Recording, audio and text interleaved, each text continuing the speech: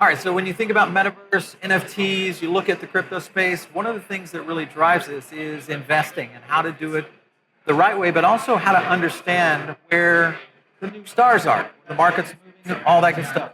We're going to dive in deep. My name is Paul Barron. Welcome back to the Tech Path.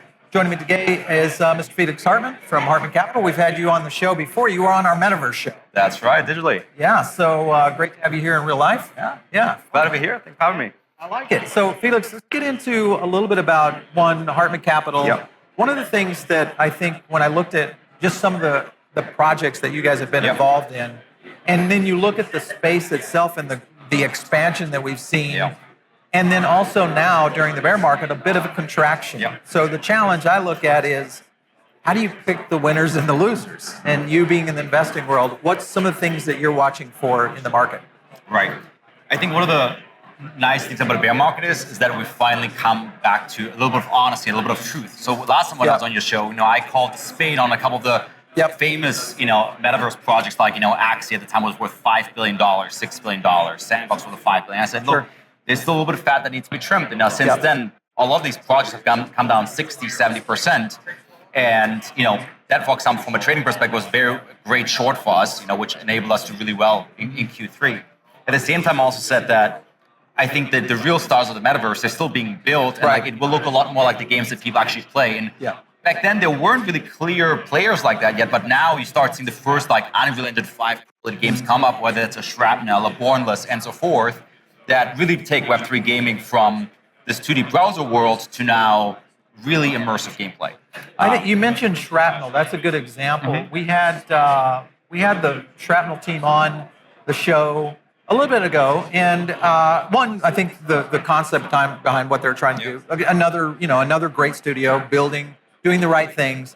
What is it that makes a team like that so resilient in a market like this right now? What do you see? Because you're looking at it from a perspective of, you see a lot of players, you see a lot of founders. How do you kind of figure out which ones are the ones, though? Well, there's two angles. I think one angle, first of all, is are you building for the future or are you just building for right now, right? And so, for example, in the bull market, you had people build only for right now, saying, we've got to get to market ASAP.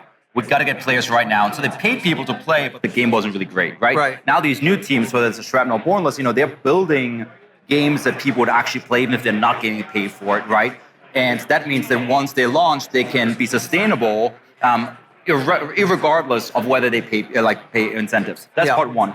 The second part, and that's also as a VC very important, is how frugal can a team be, right? Because there's some studios. You got to know your runway. Right, the runway, And the crazy thing is in crypto and metaverse, there's some teams that spend millions of dollars a month in operation costs, but they don't have a live game yet, right? And so, for example, one of the companies we back, Cathedral Studios, they're the ones that build the Bornless there. They recently had a tournament with all the guilds like Blackpool and whatnot during Halloween. And they're a very lean team where initially, I remember when we first backed them, they start in an Airbnb, 10 guys building, really hearts are in it, right? The typical tech startup. The real tech startup, right? And they can make it through bear market, right? Because they don't need that much, right? And then I see, other crypto companies that just blowing through funding. And I know many of them will just not make it because nobody knows how long this will last.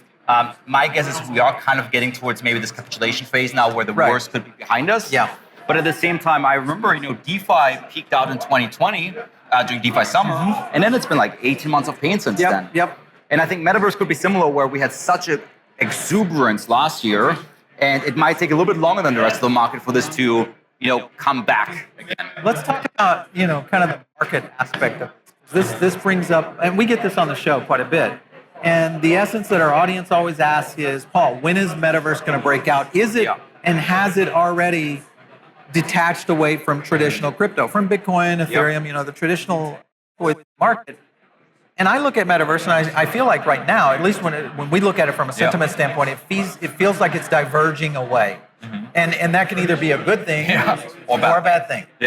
So let's go the good route, and that it is diverging, and we're going to see Metaverse break away. We're going to see real innovation. Obviously, Nike's latest move, big move. Disney now pushing hard on it. You've got Starbucks and Polygon, rocking it. There's a lot of really good integrations right now in the bear market, which everybody always says, build in the bear market. if you look at the market right now and you kind of put your crystal ball out there, are you saying, or you think that these markets will start to see some relief on the metaverse side, NFTs, maybe first quarter next year, mid next year? And do you think there's enough from the macro? I do think that the entire metaverse space, and when I say metaverse, I also include whether that's like, well, gaming, entertainment, maybe even decentralized social networks, all this kind of mass consumer market will likely lead the next bull market. Because I also say that I think 2017 was a bull market of like concepts and ideas. 2020, 2021 was like MVPs, minimal viable products, a couple hundred users, a couple thousand users. Next one will probably be mass adoption, because now we're at this place where you said Matic, right? Matic had big integration with Reddit, big integration with Robinhood. You know, Disney, like, I mean, there's so many things that they've worked with that is now like actual mass consumer market, right? The one thing I'll challenge is whether or not it will be the same names for the last bull market, because I think that's a fallacy people often fall for. That's the thing we talk about all the time, is there's going to be a lot of new players coming in, but then again, you're going to see the guys like Matic who are much more mature now, but they've done all the biz dev work, man. Holy moly. It's, you know, I would say, like, don't get too, you know, to keep it simple, layman's terms, don't get too attached to your backs, right? Keep it intellectually honest, because in 2017, some of the biggest names in layer ones were like Neo, EOS, IOTA. Never heard from them again, right? So, but there were some winners, of course. Ethereum kept, you know, winning. Yeah, for sure. And so I'm very bullish on Matic. I'm very bullish on Ethereum. I think the Cosmos ecosystem has some interesting things happen there as well. And then on the gaming side, I think that's where like new players will come in, because they got a fresh balance sheet. They haven't given up all the tokens yet, and a lot of them haven't launched tokens yet. Like whether it's like I said, a trap. Well, and we kind of talk about this on the show a lot, is that the real next stars maybe are still in the stealth phase right now. You don't even know who they are. So. Well, before we started rolling, we had a quick chat about digital fashion, right? And so, for example, digital fashion is a segment where there's a lot of really interesting startups. I mean, one of our, we back DressX, you know, and there's other really good ones too, but none of them have a token yet, right? And so I'm sure that in this next bull market, digital fashion could also be a huge segment. It's gonna be without a doubt. Sure. All right, your portfolio, DressX, you guys are doing, you got social music experience. Now that's getting into the gala level, things that are like Audius, etc. Neurable, which one is this? Neurable, so that's one of our access points investments. That actually doesn't have a token. It's a brain computer interface. We're able to control virtual experiences using brainwaves. Interesting. Sounds crazy. So Neuralink-esque. Subpack in here, Cookie 3, I've seen these guys. A lot. Do you see, what sector are you watching right now for next level? So, you know, you're harvesting, you're looking for the right talent, the right teams. Is it more on the gaming side, or are you thinking more on the metaverse NFT side? So year one, what we did was focus a lot on like mixed reality, XR, because I think a lot of XR is going to bleed over into crypto, right? They might have started, like, for example, like Red Pill, that's virtual music experiences, right? Now we're looking to like add a token as well, right? So that, again, like we said, that's a lot of stuff that's in stealth. Year two, what we're now kind of getting into is, one, how can you integrate Web3 into XR, right? So for example, how can we bring DAOs to these virtual experiences? How can we bring DeFi to virtual experiences, and so forth? And then the second angle also is like AI-generated content, right? That's going to be huge. Yeah, because we already saw with DALL-E. It's going to be interesting how it takes its place into Web3 too. Because right now, you know, there's a lot of toying around with graphic creation, even video to a certain extent. I think the tech is starting to accelerate a lot there. So let's see how Web3. Because, like, you know, stage one was, let's say, you know, somebody builds themselves a world, a sandbox. Stage two is you say, like, I want the world to look like this.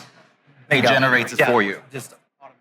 That's when it gets a little scary, but at the same time, kind of fun. But that's also when this metaverse becomes as real as physical reality, because, you know, when you walk outside, you know, it's like the water doesn't always move the same way, the trees don't always shake the same way, the weather's not always the same. And so once you integrate AI into that, it becomes just as lively and unpredictable. And speed to market. Yeah, speed to market. So, Felix, always fun chatting with you. I feel like we go on for about an hour here, so it's going to be fun. Nice to have you. Always a pleasure. All right, you guys are tuned in here for more great content from DCentral. We'll dive into all that for you. I promise all that. Make sure and hit the like button, and also share this out. A lot of people, maybe they didn't get a chance to come to the conference. Hopefully this is going to surface in their feed because you hit the like. If you guys want to catch me, it's out on Twitter, @PaulBarron. We'll catch you next time right here on Tech Bass.